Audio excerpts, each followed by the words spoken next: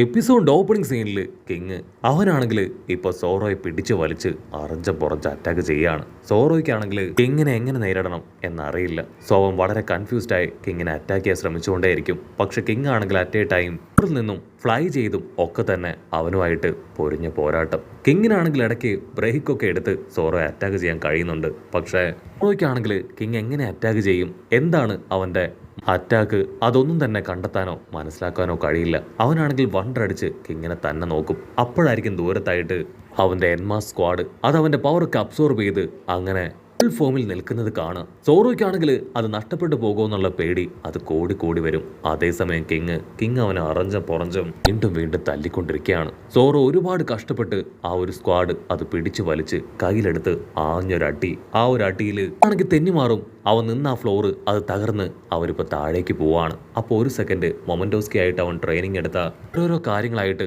അവൻ ഓർമ്മ വരികയാണ്. മൊമന്റോസ്കിക്ക് സുനാച്ചി എന്നൊരു വേർഡ് അത് പറഞ്ഞു കൊടുത്തിട്ടുണ്ടായിരുന്നു. ലാൻഡ് ഓഫ് വാനോ കിൻഡത്തിൽ ചെയ്യുന്ന ഒരു ലെജൻഡറി വേർഡാണത്. മൊമന്റോസ്കിയെ പോലെ അത്ര ചെറിയ കുട്ടികൾ അത് ഉപയോഗിക്കാനായിട്ട് പാടില്ല. അവിടുന്ന് അങ്ങനെ സീൻ കട്ട് ചെയ്ത ഇപ്പോൾ ചോറോ ആണെങ്കിൽ ഫ്ലാഷ് ബാക്കിൽ അവൻ്റെ ആ പഴയ അപ്പാപ്പനെ കുറിച്ച് ആലോചിക്കുകയാണ്. ആളെപ്പോഴും ആരോടും വലിയ കോണ്ടാക്റ്റ് ഒന്നും വെക്കാതെ ഫിഷിംഗ് ചെയ്തുകൊണ്ടേയിരിക്കും. അതിനുശേഷം സോറോട് മാത്രമാണ് ആ ഒരു അപ്പാപ്പൻ കൂടുതൽ കണക്റ്റഡ് ആയതും ആ സോനാച്ചി എന്നുള്ള വേർഡ് അത് പറഞ്ഞു കൊടുത്തതും. കട്ട് ചെയ്ത പ്രസന്റ് കാണിക്കും. സോറോ ആണെങ്കിൽ അത്രയും ഉയരത്തിൽ നിന്ന് താഴെ അങ്ങനെ അടിച്ചു വീഴും. അവന്റെ തൊട്ടു താഴെ ആ ഒരു സ്ക്വാഡ് അതങ്ങനെ കുത്തി നിൽക്കുകയാണ്. സോറോ ആണെങ്കിൽ ആ സ്ക്വാഡിലേക്ക് നോക്കും.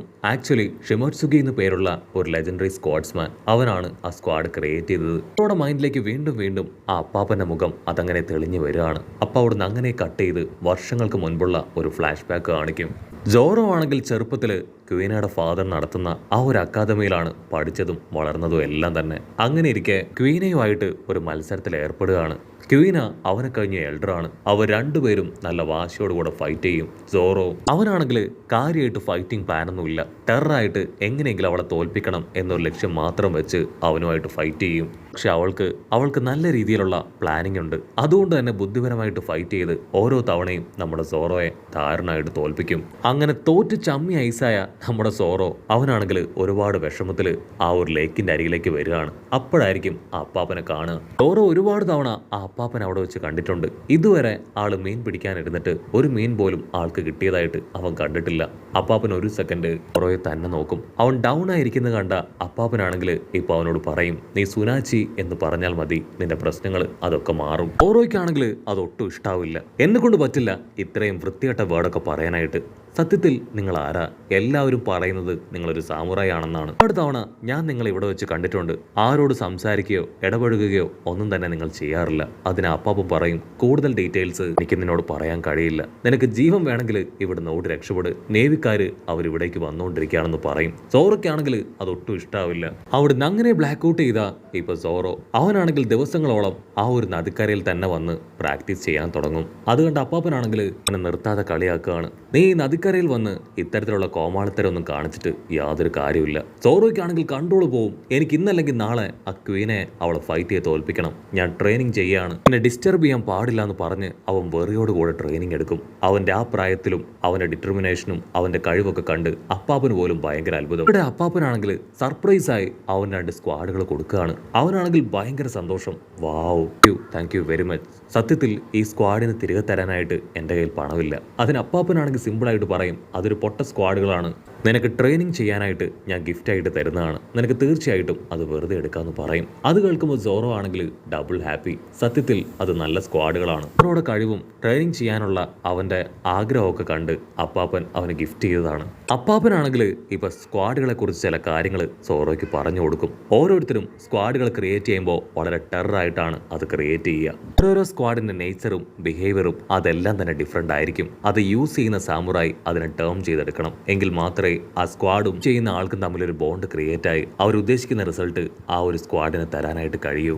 ഒരു സ്ക്വാഡിനെ ഓർത്ത് അല്ലെങ്കിൽ ഒരു സ്ക്വാഡിനെ കണ്ട് മറ്റുള്ളവർ ഭയപ്പെടുന്നുണ്ടെങ്കിൽ അത് ആ സ്ക്വാഡിന്റെ ഒരു സ്പെഷ്യാലിറ്റി തന്നെയാണ്. ഞാൻ എൻ്റെ ചെറുപ്രായത്തിൽ സ്ക്വാഡ് ക്രിയേറ്റ് ചെയ്തു. അതാണ് ദ ബെസ്റ്റ് സ്ക്വാഡ്. അതുപോലെ തന്നെ നമ്മളെ ആഗ്രഹിക്കുന്ന സ്ക്വാഡ് നമ്മളെയും കംഫർട്ടാക്കി വെക്കാനായിട്ട് സഹായിക്കും. നമുക്ക് എന്തെങ്കിലും പറ്റിയാലും അവറ്റകൾ സ്വന്തമായിട്ട് പവർ അബ്സോർബ് ചെയ്യും. ആക്ച്വലി അപ്പാപ്പൻ ആൾ ചെറുപ്പത്തിൽ ക്രിയേറ്റ് ചെയ്ത ആ ഒരു ലെജൻഡറി സ്ക്വാഡാണ് സ്ക്വാഡ് ഓഫ് ഹെല്ല്. കട്ട് ചെയ്താ ഇപ്പൊ സോറോയ്ക്ക് മനസ്സിലാവും ആ അപ്പാപ്പനാണ് ഈ ഒരു സ്ക്വാഡ് ക്രിയേറ്റ് ചെയ്ത് വാനോ കിൻഡത്തിൽ നിന്ന് രക്ഷപ്പെട്ടു വന്ന് അവന്റെ ഐലാൻഡിൽ താമസമാക്കിയ അതേ അപ്പാപ്പൻ.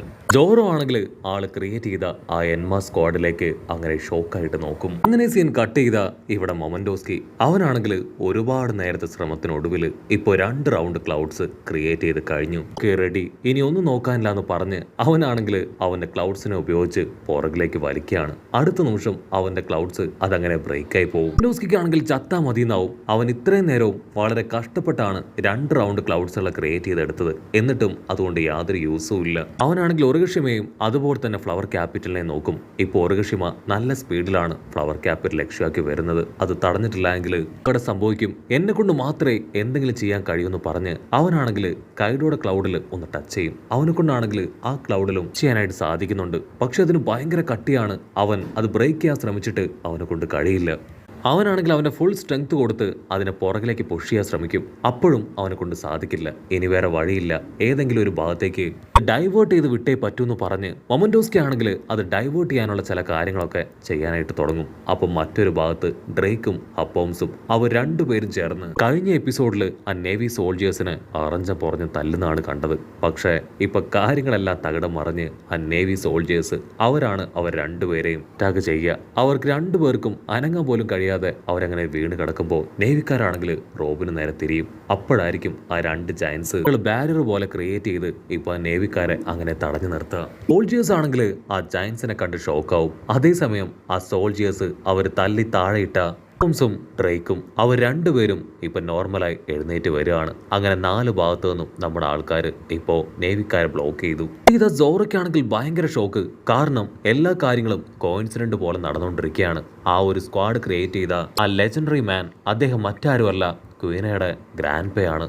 സോറോയ്ക്കാണെങ്കിൽ കാര്യങ്ങളെല്ലാം തന്നെ ഇപ്പോൾ ഓൾമോസ്റ്റ് കണക്റ്റഡ് ആവും. കട്ട് ചെയ്ത ഒരു ഫ്ലാഷ് ബാക്ക് കാണിക്കും. ഫ്ലാഷ് ബാക്കിൽ അവന്റെ ഫ്രണ്ട് അവനാണെങ്കിൽ സോറോയോട് പറയും ഈ ഒരു ഐലാൻഡ് അത് ക്രിയേറ്റ് ചെയ്തത് ഷിമോട്സുകി എന്ന് പേരുള്ള ഒരു ലെജൻഡറി മാനാണ്. അതുപോലെ തന്നെ പെണ്ണിന്റെ മാസ്റ്റർ ആള് പറഞ്ഞത് ഷിമോട്സുകി ആള് ഈ ഒരു വാനോ കിൻഡത്തിലെ എംപർ ആയിരുന്നു എന്നാണ്. അത് വർഷങ്ങൾക്ക് മുൻപ് വാനോ കിൻഡത്തിൽ നിന്ന് ഇല്ലീഗലായി ആള് പുറത്തു പോയതാണ്. അന്ന് ആള് പറഞ്ഞ ഒരേ ഒരു കാര്യം, ഒരു സ്ക്വാഡ് അത് സ്ക്വാഡിന്റെ ഓണറിനെ തനിയെ തിരഞ്ഞെടുക്കും എന്നാണ്. കിറ്റക്സു സ്ക്വാഡിനെ അവൻ മുകളിലേക്ക് വലിച്ചെറിഞ്ഞപ്പോൾ പോലും ആ ഒരു സ്ക്വാഡ് അവന്റെ കൈ വെട്ടിയെടുത്തില്ല. കാരണം ആ സ്ക്വാഡ് വന്നു ചേരേണ്ടത് അവന്റെ കയ്യിൽ തന്നെയാണ്. ചോറോ ആണെങ്കിൽ ഇപ്പൊ ആ സ്ക്വാഡ് കയ്യിലെടുക്കുകയാണ്.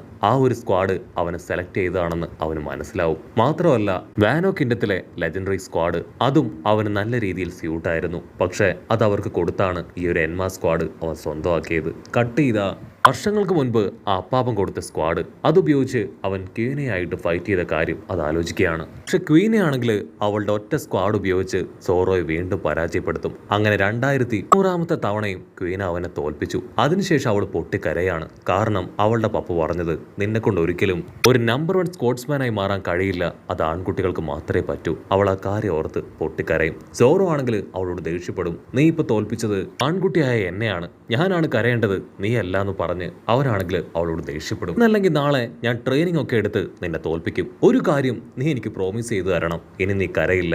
വേൾഡിലെ നമ്പർ 1 സ്ക്വാഡ്സ്മാൻ ഒന്നല്ലെങ്കിൽ നീ അല്ലെങ്കിൽ ഞാൻ. അത് കേട്ട് അവൾ ചിരിക്കുകയാണ്. നിന്റെ ഫൈറ്റിംഗ് മോശമാണെങ്കിലും നിന്റെ വേർഡ്സും നാവിന്റെ ബലവും അത് അടിപൊളിയാണെന്ന് പറഞ്ഞ് അവളാണെങ്കിൽ പൊട്ടിച്ചിരിക്കും. അവളാണെങ്കിൽ സോറോ പറഞ്ഞതനുസരിച്ച് പ്രോമിസ് ചെയ്ത് തിരികെ പോവും. പക്ഷേ നെക്സ്റ്റ് ഡേ അവൾ മരണപ്പെടുകയാണ്. അത് കണ്ട് സോറോയുടെ ഹൃദയം തകരും. അവൾക്ക് കൊടുത്ത വാക്ക് അത് പാലിച്ചേ പറ്റൂ.